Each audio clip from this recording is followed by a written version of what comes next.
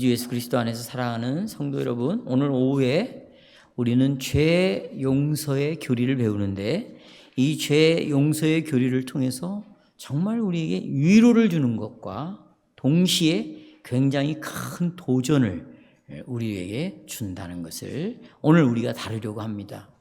죄 용서에 관한 이 성경의 가르침은 우리에게 위로를 주는 아주 신앙의 핵심입니다. 설교에서도 죄 용서가 빠져서는 설교가 안 되고, 우리가 성도의 교제 속에서도 죄 용서가 빠져서는 교제가 이루어지지 않고, 또 내가 내 자신을 바라보고 이해할 때도 죄 용서가 빠져서는 나를 이해할 수 없습니다. 그러니까 내 전체의 삶, 내 신앙의 전체의 생활 속에서는 이 죄 용서가 신앙의 핵심이다는 것입니다. 우리가 주님의 뜻을 어기고 또 주님이 말씀하신 계명을 어기는 이런 죄를 짓지만, 반드시 우리는 그리스도 예수 안에서 내 죄가 용서되었다. 내가 주님에게 죄를 짓고 계명을 어겨도 예수님 안에서만 나는 내 죄가 용서함을 받았다. 이 사실 우리가 다 알고 있죠. 어떻게 예수님 안에서 죄가 용서됩니까? 예수 그리스도의 십자가에 흘린 그 피값, 그것은 죄값입니다. 피를 흘렸다. 죽음을 상징해요. 죄를 지으면 하나님 앞에서는 용서가 없어요. 반드시 죽어야 돼요. 누구도 용서가 안 됩니다. 근데 우리가 어떻게 용서됐습니까? 대신 죽은 자가 있기 때문에 우리가 용서가 되어진 것이죠. 그러니까 예수님의 죽음은 내가 죽은 거하고 똑같은 것입니다. 그래서 예수를 믿으라는 것입니다. 그 예수를 믿으라는 거예요. 예수님의 죽음이 누구의 죽음이니까? 나의 죽음이니까 그 예수를 믿어야 된다. 그 죽음을 나의 죽음으로 믿어야 된다. 나의 죽음으로 받아들여야 된다는 것입니다. 이것은 여러분 잘 들으세요. 느낌이 아니에요. 어떤 분들은 이렇게 말해요. 나는 예수님이 죽었다는 건 머리로 아는데 이 마음으로 안 믿어진다. 이런 생각 자체가 성경적이지 않아요. 여러분, 머리와 마음의 구분을 뭘로 지을 거예요? 어디까지가 머리입니까? 어디까지가 마음이죠? 성경은 하나로 보는 거예요. 내가 그것이 이해가 되어진다. 그걸 계속 받아들이면 내 마음속에서 느낌이라는 게 생기기 시작하는 거예요. 머리로는 알겠는데 여기는 안 온다. 이거 논리가 잘못됐어요. 머리로 받아들이게 되면 머리든지 뭐든지 내가 이것을 알게 되면 그것은 이제 시간이 지나면서 내 마음속에서 이제 뭔가 변화를 일으키기 시작하는 거예요. 이해하시겠죠? 예. 그리스도 피 때문에 우리의 죄에 대한 책임을 하나님은 우리에게 책임을 지게 하지 않으실 것입니다. 동시에 이것이 이제 죄 용서에 관한 교리를 짧게 얘기했어요. 이 죄 용서의 교리가 우리에게 굉장히 큰 도전을 주는 거예요. 어떤 도전을 주냐? 죄를 우습게 생각하는 사람들이 있어요. 그리고 죄를 잘못 알고 있어요. 이런 사람들에게는 이 죄 용서에 대한 신앙 고백이 굉장히 도전을 주는 것이다. 자, 어떤 오해를 하고 있습니까? 많은 경우에 사람들이 죄를 부정해합니다. 자기는 그렇게 심한 죄를 짓지 않았다. 이 죄를 부정해. 죄를 지켜도 죄를 인정하지 않아요. 또 어떤 사람은 죄를 아주 축소시켜버리는 이런 일을 저지릅니다. 그런 성향이요, 우리에게 다 있어요. 여러분, 사람들에게 대화를 나눠보면 분명히 그런 잘못을 했는데도 안 했다는 거예요. 거짓말하는 거죠. 부정하는 겁니다. 그리고 죄를 10으로 졌는데 한 1로만 가서 옆 사람한테 이 얘기를 해주는 거예요. 저는 요즘 이런 얘기를 너무나 많이 듣습니다. 너무나 많이 주고받아요. 이게 뭐냐? 우리가 지금 죄를 잘못 알고 있다. 오해하고 있다. 그래서 이런 문제가 생기는 겁니다. 또 우리는 하나님께서 우리에게 요구하는 의의가 있어요. 기준이 있습니다. 또 내가 거룩하니 너희도 거룩하라. 거룩의 기준이 있어요. 불신자처럼 살 수 없잖아요. 그렇죠? 네, 배교한 자들처럼 살 수는 없잖아요. 그런데 그 기준에 내가 미칠 수가 없어요. 그 미치지 못한 것을 굉장히 기분 나빠합니다. 자존심은 있어서 자기도 그런 사람처럼 보이고 싶은데 점수를 90점, 100점은 맞고 싶어요. 실력은 30점, 20점, 10점밖에 못 맞지. 그 기분이 나쁜 거예요. 요구는 있어요. 하나님이, 내가 예수 믿으면 하나님이 요구하는 게 이런 거야. 근데 거기 못 미치거든요. 그러니까 어떻게 기분 나빠하는 사람들이 있어요. 그럴 필요가 없거든요. 하나님, 나는 이것도 못 미치는 자입니다.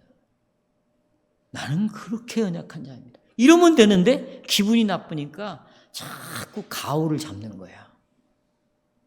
사람들 앞에서 자기는 마치 깨끗한 사람처럼, 의로운 사람처럼, 또 말씀을 나누자고 할 때는 또 자기의 자랑이 자꾸 이렇게 나오는 거예요. 이게 다 오해예요, 오해. 뭐에 대한? 죄에 대한 오해입니다. 또요, 내가 죄사함을, 죄 용서를 받았다는 이 놀라운 하나님의 선물을 아주 값싸게 여기는 사람들이 있어요. 죄 용서가 아주 값싼 것이라면 우리는 무슨 죄를 짓더라도, 내가 어떻게 산다 할지라도 주님이 나를 용서해 주실 거야. 용서해 주셨어.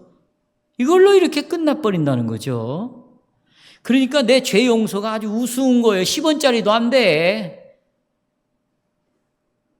그러니까 죄 용서가 그렇게 값싼 것이니까 무슨 짓을 해도, 내가 어떻게 살아도 주여 나 용서해 주세요. 아주 가볍게 여기 지금 우리가 아까 시편 38편, 여러분 그 시인이 아주 가볍게 죄 용서해 달라고 말했어요? 예? 이런 것들은 다 죄에 대한 오해에서 생기는 거예요. 성도 여러분, 우리는 지금 21주일을 다루고 있습니다. 우리는 21주일을 3주째 지금 설교하고 있어요. 21주일 첫 번째 설교는 하나의 보편적 교회를 설교했습니다. 그 다음에 두 번째로 그 안에 성도의 교제가 어떻게 이루어지는가를 설교했어요. 오늘 죄 용서를 하고 있어요. 이 각 신앙의 조항은 서로 다 연결이 되어 있는 거예요. 하나의 보편적 교회, 성도의 교제, 죄 용서 따로따로 떼어서는 절대로 안 됩니다. 어떤 사람은 죄 용서는 용서대로, 교회는 교회대로, 성도에는 교제는 교제대로 이렇게 하니까 신앙이 엉망이 되는 거예요. 이걸 하나의 신앙 고백으로 알아야 된다. 하나의 신앙 고백으로. 그래서 이런 신앙 고백서를 설교해야만이 성도는 비로소 이런 설교를 통해서, 교리 설교를 통해서 자기 신앙의 믿음의 제자리를 찾아갈 수 있다. 만약에 이런 설교를 안 하거나 듣지 못한다면 신앙은 아주 무질서하게 갈 수밖에 없어요.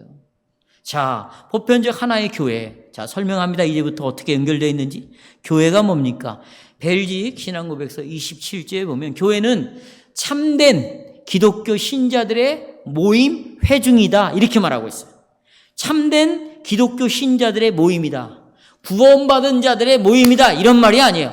언약 안으로 들어온 참된 신자들의 모임이다. 이렇게 말하고 있어요. 그런데 이 신자들은 어떤 사람들이냐? 27조 이렇게 말하고 있습니다. 예수 그리스도 안에서만 자신들의 완전한 구원을 예수님 안에서만 기대하고 그의 피로 내 죄가 용서되어졌다. 그 다음에 성령으로 나를 거룩하게 해서 나를 하나님의 자녀로 이렇게 도장을 딱 찍어줬다. 성령이 내 안에 들어오심으로 나는 이제 구별돼 죄 용서를 받은 사람이야. 성령이 들어오심으로 나는 거룩하게 되었어. 세상과 구별되었어. 나는 하나님의 자녀야. 라는 표시가 성령이 내 안에 들어오신 거죠. 자, 이런 것을 신앙으로 받아들이는 사람들의 모임이 교회예요. 이게 보편적 하나의 교회입니다. 이것은 미국에 가든 일본에 가든 북한에 가든 이 고백을 다 가지고 있어야 된다는 겁니다. 자, 그 다음에 그러나 교회는 그것만 있습니까? 아닙니다. 이 모임자들은 보세요. 죄 씻음을 받아야 될 자리다라는 것은 죄인들이라는 겁니다. 죄인들의 모임이에요. 잘 들으세요. 그러나 아무것도 아닌 죄인이 아니에요. 나는 아무것도 아니야. 나는 그냥 별 볼 일 없는 죄인이야. 이런 뜻이 아닙니다. 그리스도의 피로 깨끗게 된 죄인이에요. 이것은 특별한 죄인이라는 말이죠. 이건 하나님의 자녀로서 죄인입니다. 그 죄인을 위하여 예수님이 죽지 않으면 안 될 만큼 소중한 죄인이에요. 여러분과 나는. 그런 죄인입니다. 그런 죄인이에요. 그러니까 이런 보편적 하나의 교회 속에서 성도들이 모여 교제를 이루고 있는데 그 교제를 이루는 사람들이 누구냐? 바로 죄인이다. 어떤 죄인이냐? 예수의 피로 어떤 죄 용서를 받은 그런 사람이다. 그러니 우리는 이제 그리스도의 지체로서 그리스도와 교제하며 그리스도의 보화들과 은사들에 뭐한다? 참여한다. 그래서 예수님이 나를 용서하신 그게 보화거든요. 그게 나에게 주신 선물이에요. 그러니까 나는 거기에 참여해요. 참여하면 뭐가 이루어지죠? 죄 용서를 선물로 받게 되는 이런 일들이 주어지는 거죠. 그러니까 교회와 성도의 교제, 그리스도와의 교제와 죄 용서는 아주 긴밀한 연관이 되어 있다. 여러분 죄인이죠? 여러분 죄를 지었죠? 그러면 우리는 무슨 생각을 하냐? 내가 다른 사람들에게 지은 죄를 생각해요. 다른 사람들에게. 내가 누군가의 잘못을 떠올립니다. 떠올려요. 그러기 전에 먼저 우리가 생각해야 될 것은 우리가 죄 용서에 대해서 말할 때 다른 사람을 생각해서는 안 됩니다. 자, 우리가 죄인이다. 그러면 다른 사람을 생각하면 된다, 안 된다? 우리가 이렇게 설교를 하잖아요. 그래, 저 설교는 우리 남편이 꼭 들어야 된다 치고 이번 주에 봐라. 내 남편아 꼭 들어라. 전 내 아내가 들어야 되는데 교회를 다니면 뭐하냐? 목사가 되면 뭐하냐? 제가 이제 저를 예를 들은 거예요. 여러분 예를 들면 다 시험 들 거니까. 목사가 되면 뭐하냐? 이렇게 자기 자신을 생각하지 않고 누군가의 잘못을 생각하려고 해요. 이것은 아주 나쁜 열매를 맺게 되어 있어요. 어떤 열매를 맺을까요?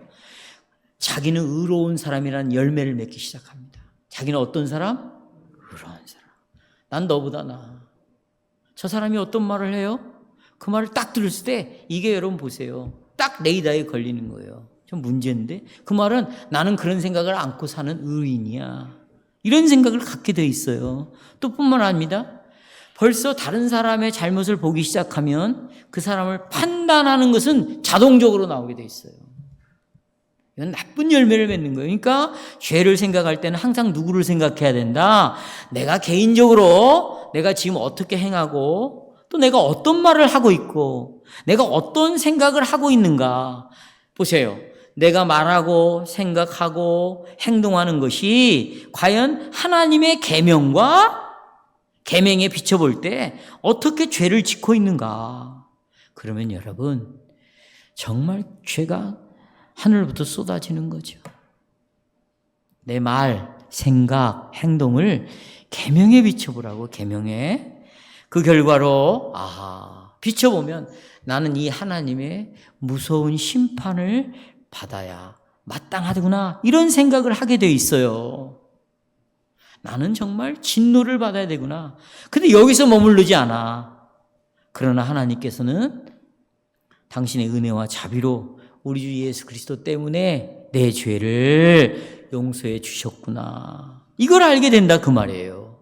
자, 자기네 전체의 삶을 계명에 비춰보면서 나는 하나님의 심판을 받아 마땅한 자구나. 진노를 받아 마땅한 자구나. 거기에 머물러 그걸 알게 되고 그러면서 피할 길로 예수님에게로 간다. 하나님의 자비로 은혜로 가서 하나님은 나를 기꺼이 내 죄를 용서해 주셨다. 이것을 딱 기억하게 되어 있습니다.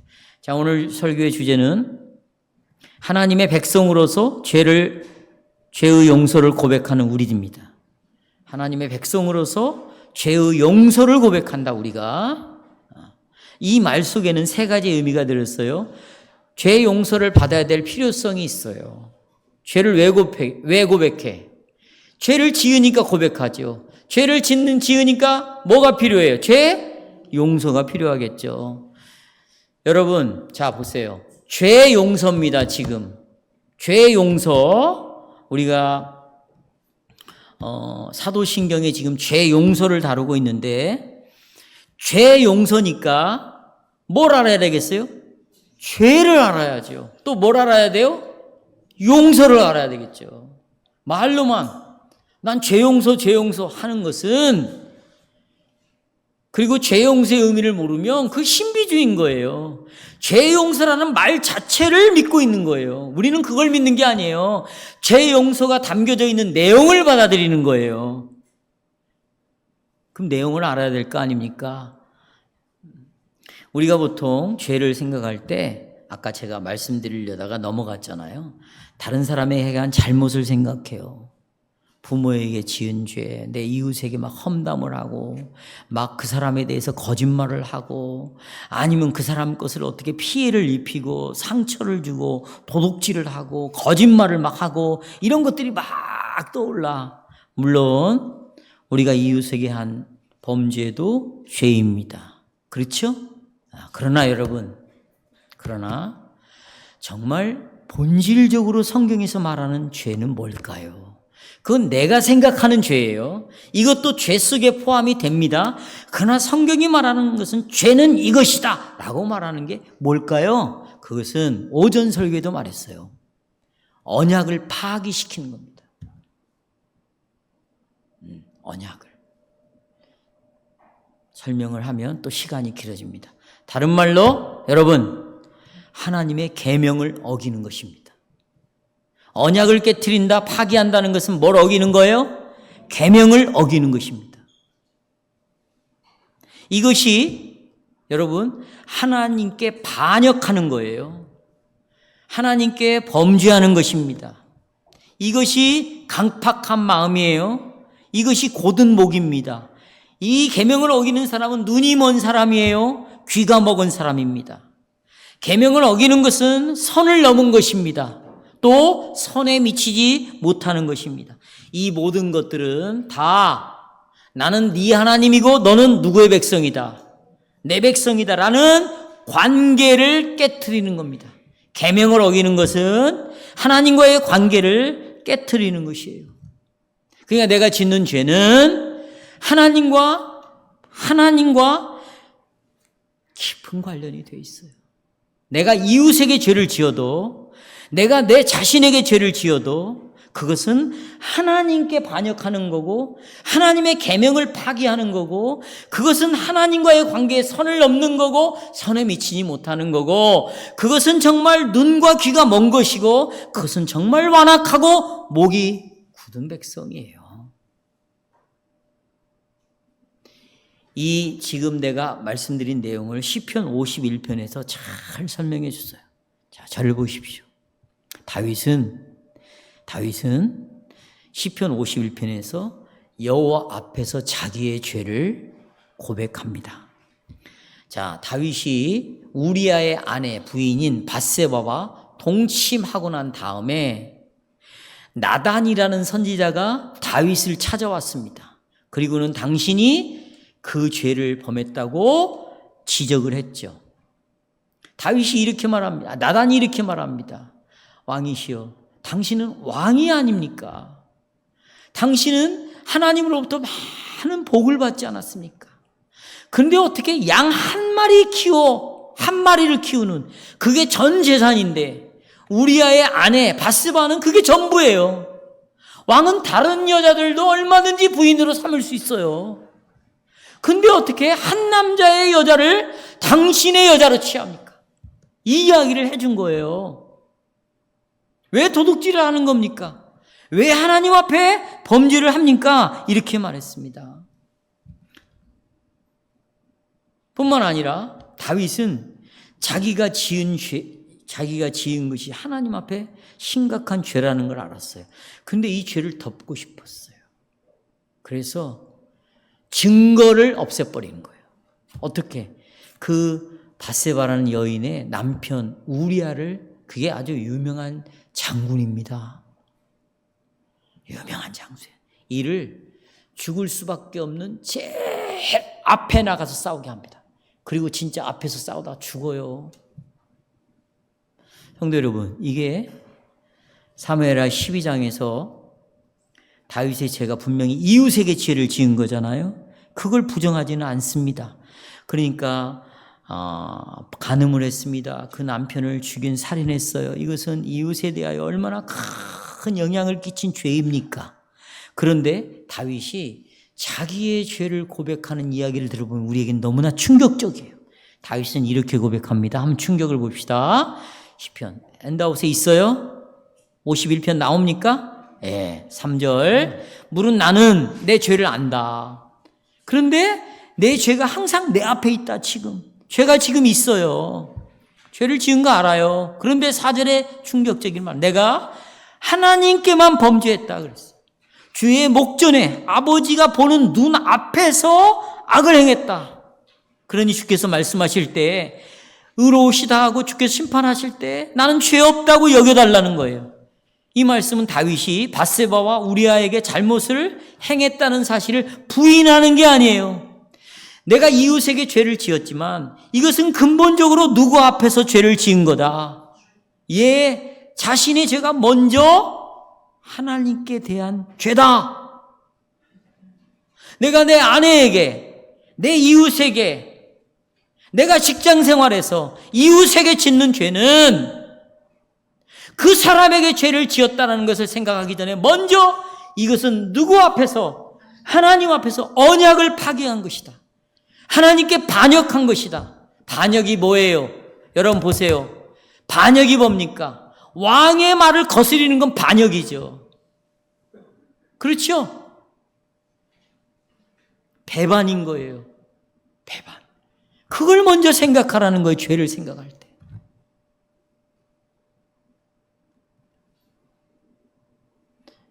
여러분의 죄가 하나님을 대적하는 반역이다. 범죄임을 여러분 알고 있죠? 네? 왜 하나님 앞에 죄를 지었다고 말해요? 내가 이웃에게 짓는 죄를, 내가 이 세상에 살면지를 왜 하나님 앞에서 죄를 지었다고 말하는가? 보세요. 하나님은 이 온 세상을 창조하셨습니다. 모든 걸 창조하셨어요. 여러분 보세요. 이거 내가 돈 주고 샀어요. 난 창조하지 않았지만 내가 샀다니까. 그러면 여러분 이것은 누구 소유입니까? 내 소유인 거예요. 하나님이 온 세상을 다 창조했어요. 여러분을 창조했어요. 여러분의 아내를, 남편을, 자식들을, 이웃 동료들을 다 창조했습니다. 모든 피조물을 창조했어요. 근데 이것과 관련해서 내가 죄를 지었다, 훔쳤다, 죽였다, 뭔가를 저질렀다. 이것은 곧 누구의 소유에 손을 댄 거예요? 하나님의 소유에 손을 댄 거예요. 그러니 내가 짓는 모든 죄는 누구에게 죄를 짓는 겁니까? 하나님께 죄를 짓는 것입니다. 더군다나 예수를 믿는 여러분과 나, 예수를 믿는다고 여러분과 나는 더욱더 이런 말씀이 적용이 되는 거죠. 하나님께서는 우리의 죄와 비참함에서 우리를 구원해냈습니다. 또 하나님께서는 마귀의 권세로부터 우리를 자유하게 했습니다. 또 이제 자유케 된 우리가 마귀에게 다시 종노릇하지 않도록 정말 자유롭게 살아갈 수 있도록, 그건 뭐냐? 하나님의 계명을 따라 살아가는 것이 자유예요. 자유는 계명을 깨트리고 내 마음대로 하고 싶은 대로 살아가는 게 자유가 아닌 거예요. 오늘 예배 안 드리고 나갔다, 그게 자유가 아닌 거예요. 하나님의 말씀의 자리에 있지 않고 나는 그 시간에 내가 하고 싶은 것 행하고 살아간다, 그게 자유가 아닌 거예요. 그건 죄의 종로로 타는 거지. 다시 뭐 하는 거라고요? 다시 죄의 종로로 타는 거예요. 근데 마귀의 권세로부터 우리를 어떻게 했어요? 자유케 했어요. 그러면 우리에게 자유를 누리도록 하나님은 이제 구원의 조건으로가 아닙니다. 구원의 결과로 자유의 삶을 살도록 계명을 주셨어요. 그럼 우리 이제 어떤 마음으로 계명을 지켜야 되죠? 감사하는 마음으로.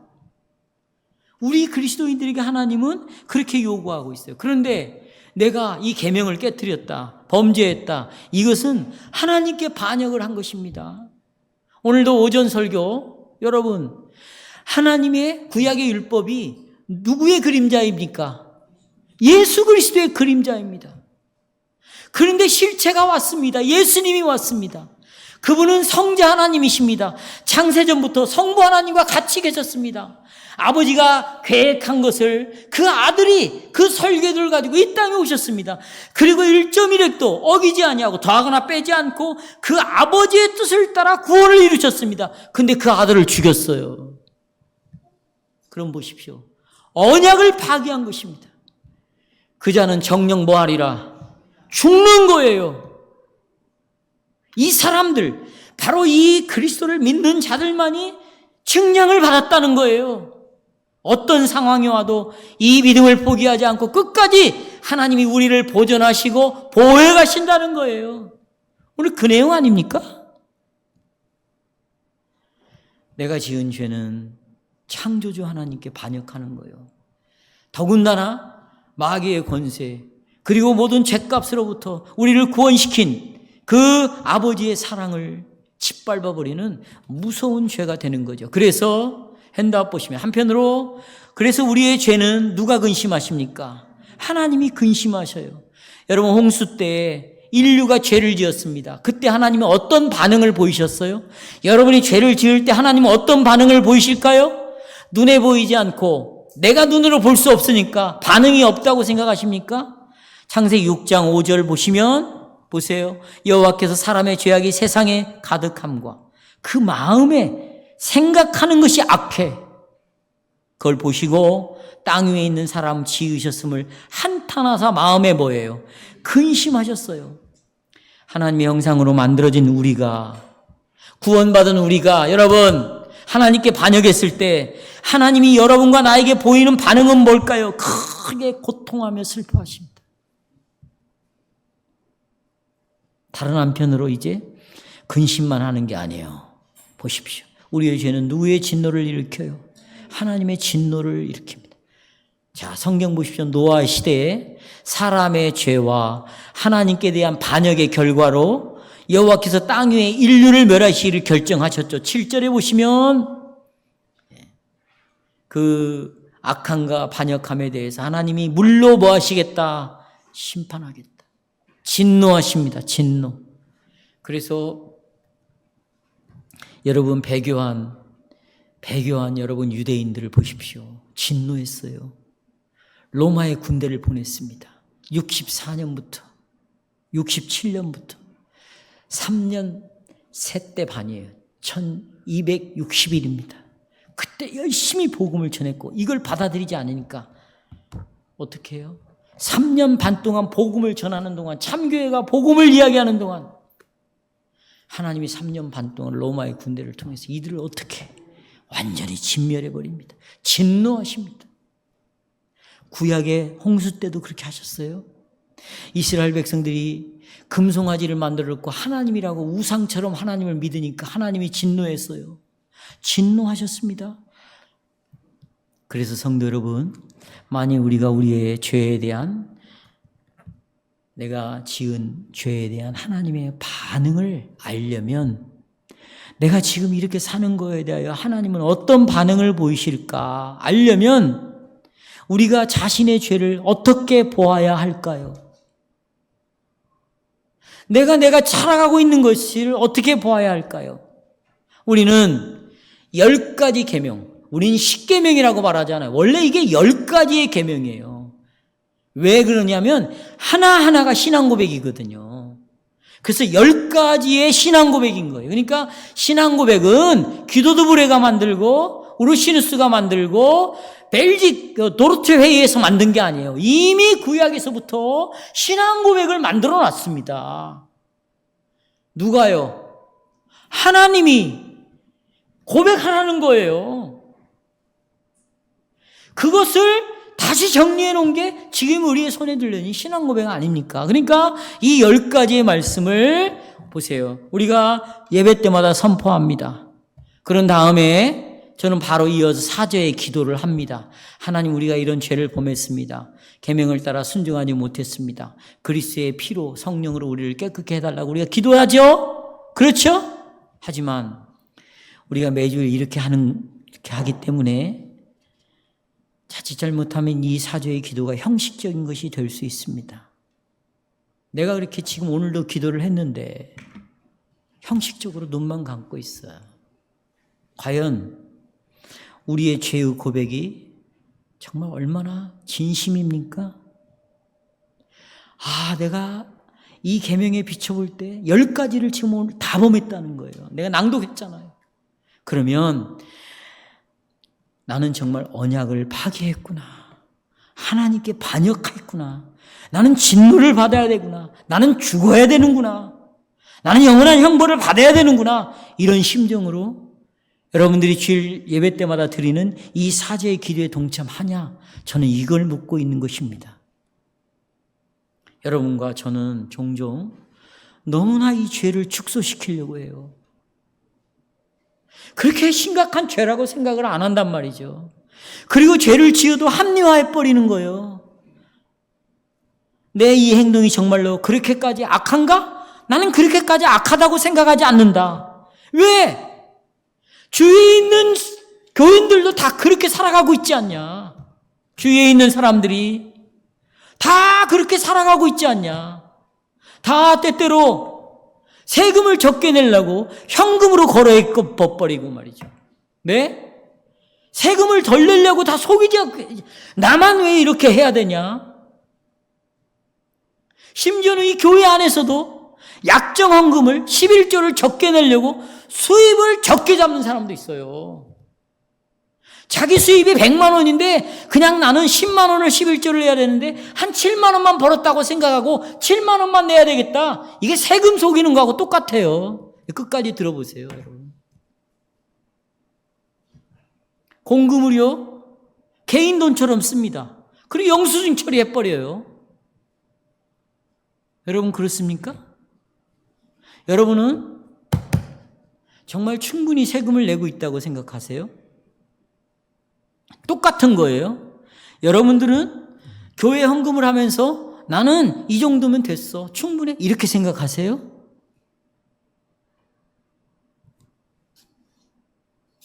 그러나 여러분 생각해 보세요.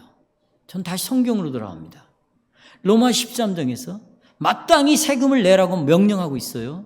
왜냐하면 다스리는 권위자들이 있잖아요. 이 통치자들, 공직자들, 이 권위자들은 우리를 다스리도록 누가 임명했다는 겁니까?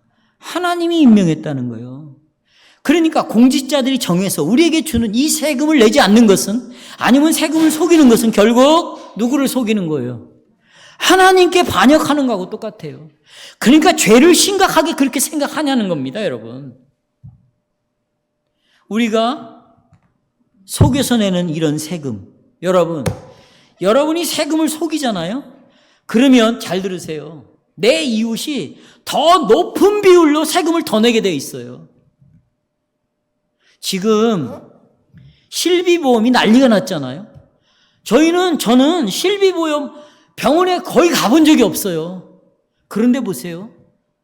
나이 든 사람들이요, 젊은 사람도 말할 것도 없어. 그냥 계속 도수 치료를 한 타임에 20만 원짜리를 가서 받는 거야. 왜? 실비보험으로 다 되니까. 그럼 여러분 그렇게 되면 세금이 올라가요. 세금이 올라가면 어떻게 되느냐? 나는 내는 세금을 조금 내면서 다른 사람이 비율이 올라가고 훨씬 보험료를 많이 내게 되어 있어요. 이것은 심각한 죄입니다. 여러분 이런 것이 죄라고 생각해 보신 적 있습니까? 헌금도 똑같아요. 나는 이 정도면 적당해. 여러분이 그 정도 헌금을 내면 재정이 모자라니까 다른 사람이 더 헌금을 더 출혈할 수밖에 없어요. 더 많은 돈을 낼 수밖에 없어. 똑같은 겁니다. 헌금을 내지 않거나 헌금을 축소해서 내면 다른 사람이 더 많이 내야 되고 더 많은 고통과 괴로움을 당할 수밖에 없는 것이에요. 이것도 하나님을 반역하는 죄죠. 여러분, 이 헌금은요, 두 가지로 쓰여지는 거예요. 오해하지 마십시오.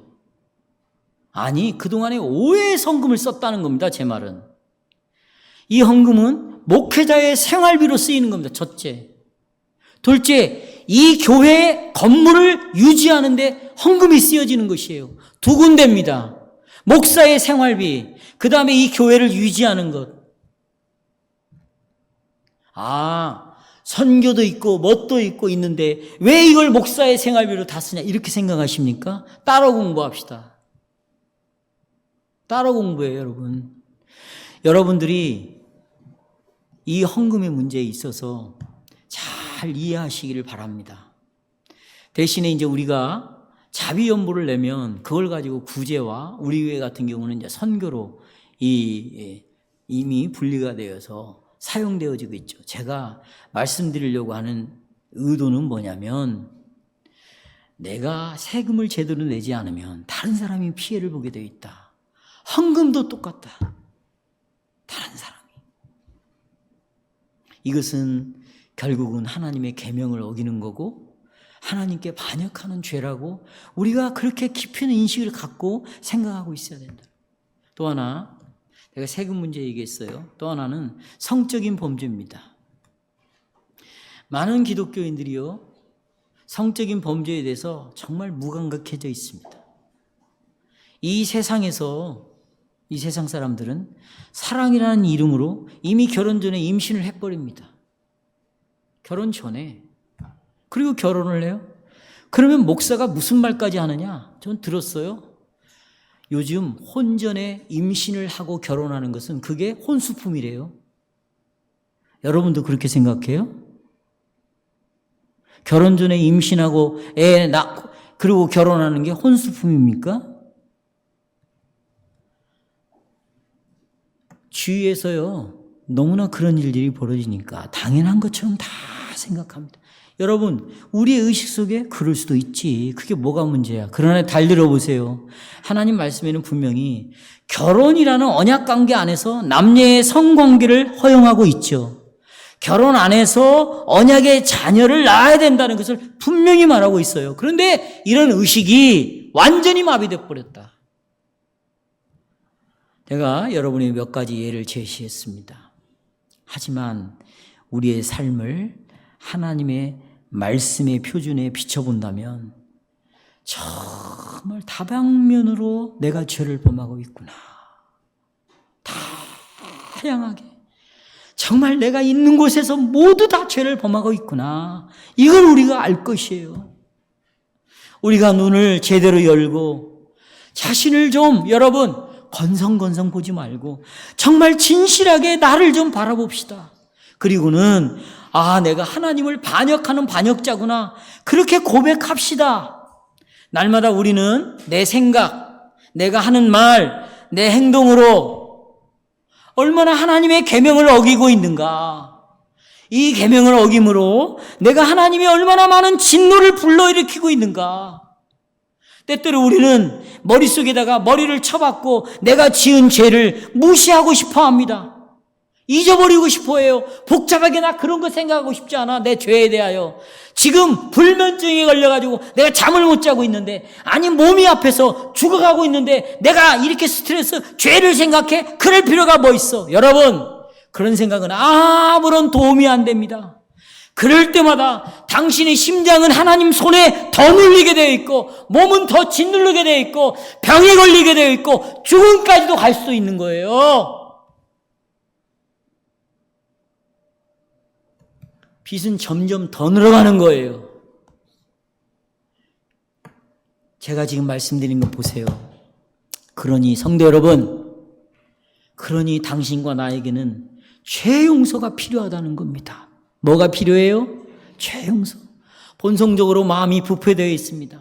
우리의 마음은요, 온갖 종류의 죄들을 만들어내는 죄의 공장이 우리 안에 한 개만 있는 게 아니에요. 헤아릴 수 없는 죄의 공장이 가득 들어 있습니다.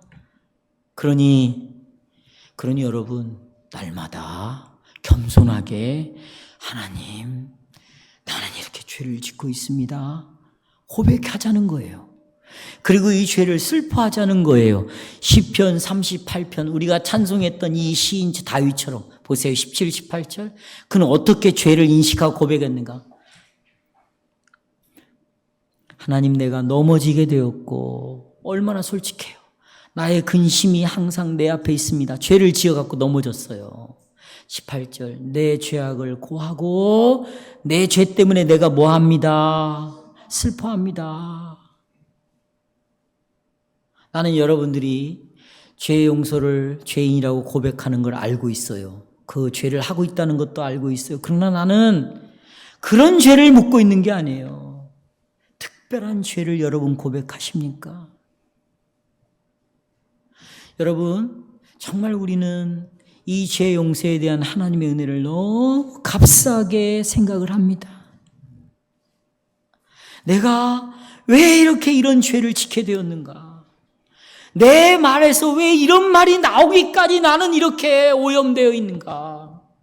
나는 어떻게 아무도 모르는 생각을, 나 혼자 하고 있는 생각을 어떻게 이 정도까지 내가 생각을 하고 살아가고 있는가? 이런 것들을 생각하지도 않고 우리의 삶을 그냥 막 살아가는 것은 하나님께 그렇게 하는 거예요. 하나님께 막대하는 것입니다. 성도 여러분, 우리는 거듭거듭 죄를 짓습니다. 죄를 축소시키지 마십시오. 사랑하는 여러분, 우리는 오늘 오후 요한일서 1장을 읽었습니다. 6절을 보시면, 자, 같이 보겠습니다. 만약 우리가 하나님하고 사귐이 있다는 거, 나 하나님 믿는다, 나 하나님의 자녀다 라고 말하고 사귐이 있다 하고 어두운 가운데 행하면 그는 하나님을 사귀고 있다는 건 거짓말이다. 그리고 그는 계명을 따라 살지 않는 자다.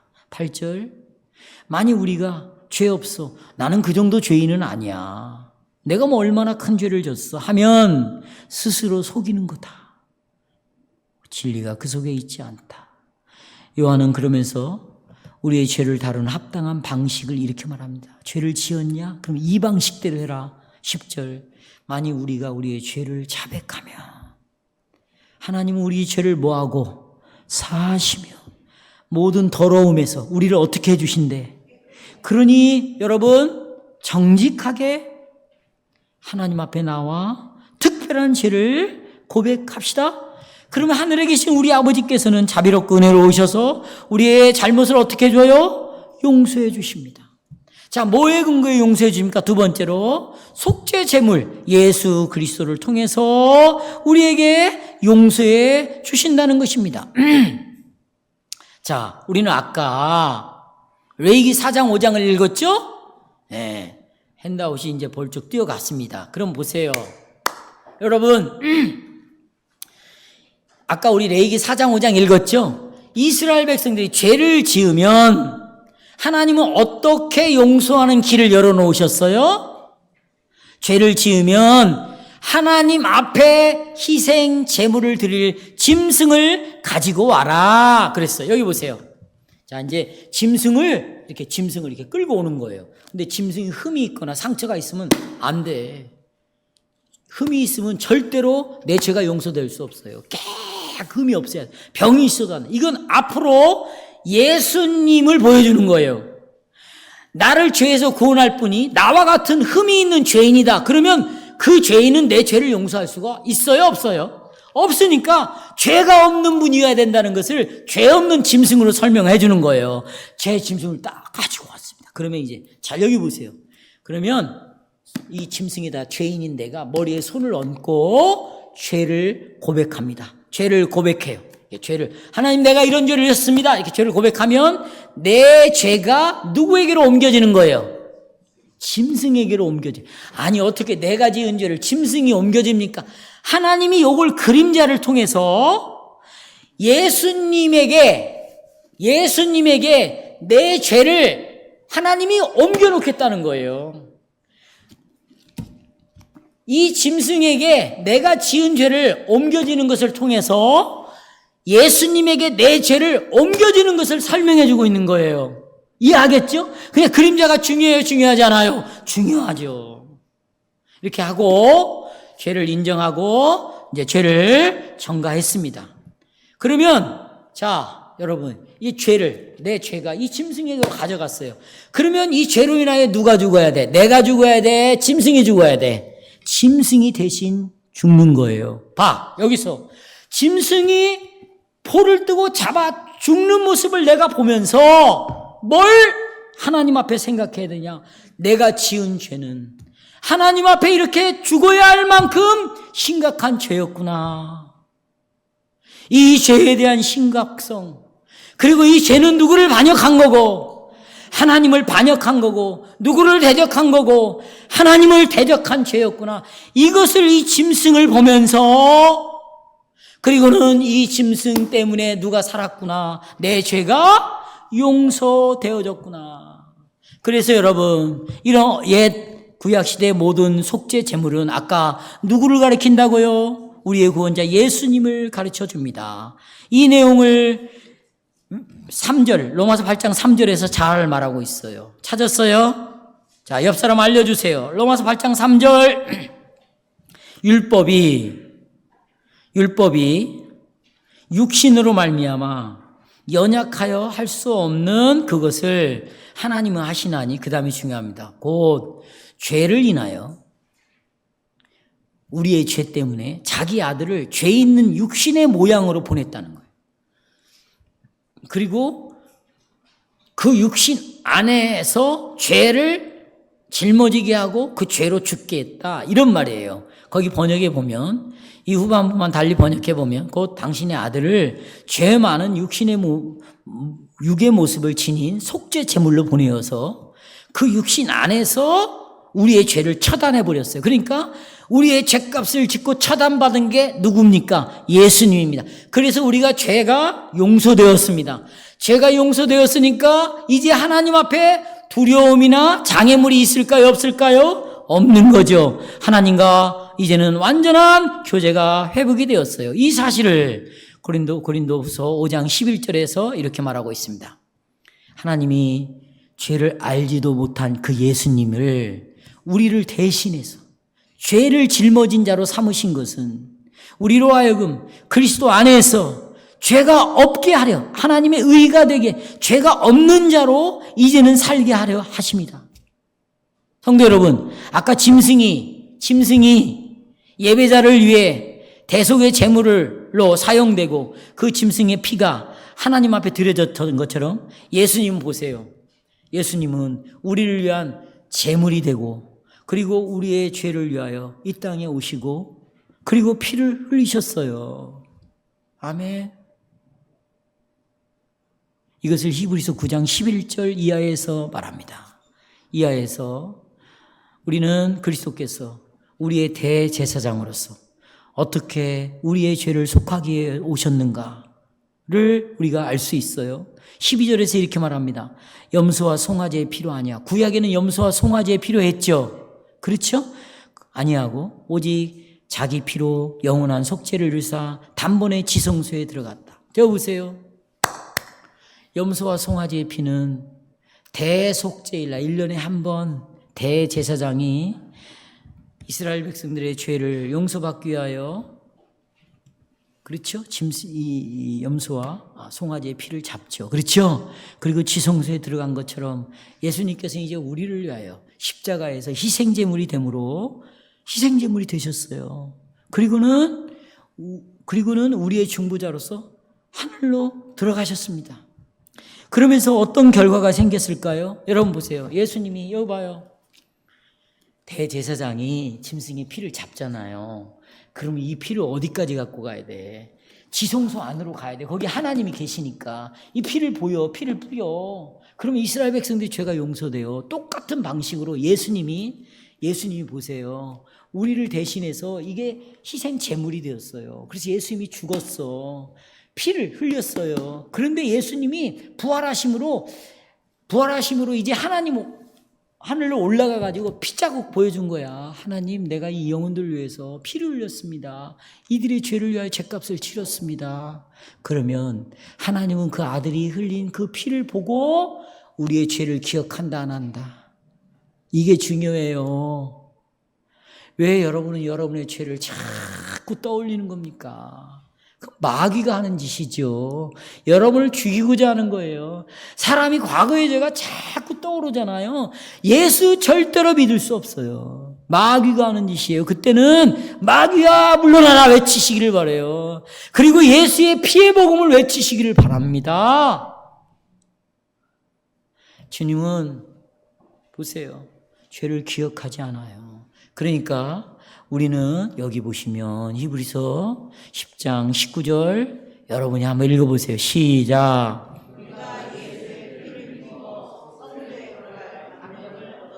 자, 그리고 22절에서 이렇게 말합니다.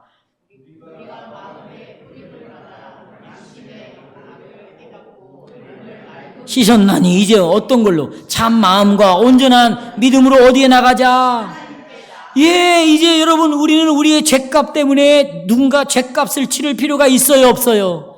없습니다. 죄를 고백하고 우리가 은혜의 보좌 앞에 담대히 나가면 천지의 재판장은 우리를 어떻게 죄 없다고 선언을 하는 거예요.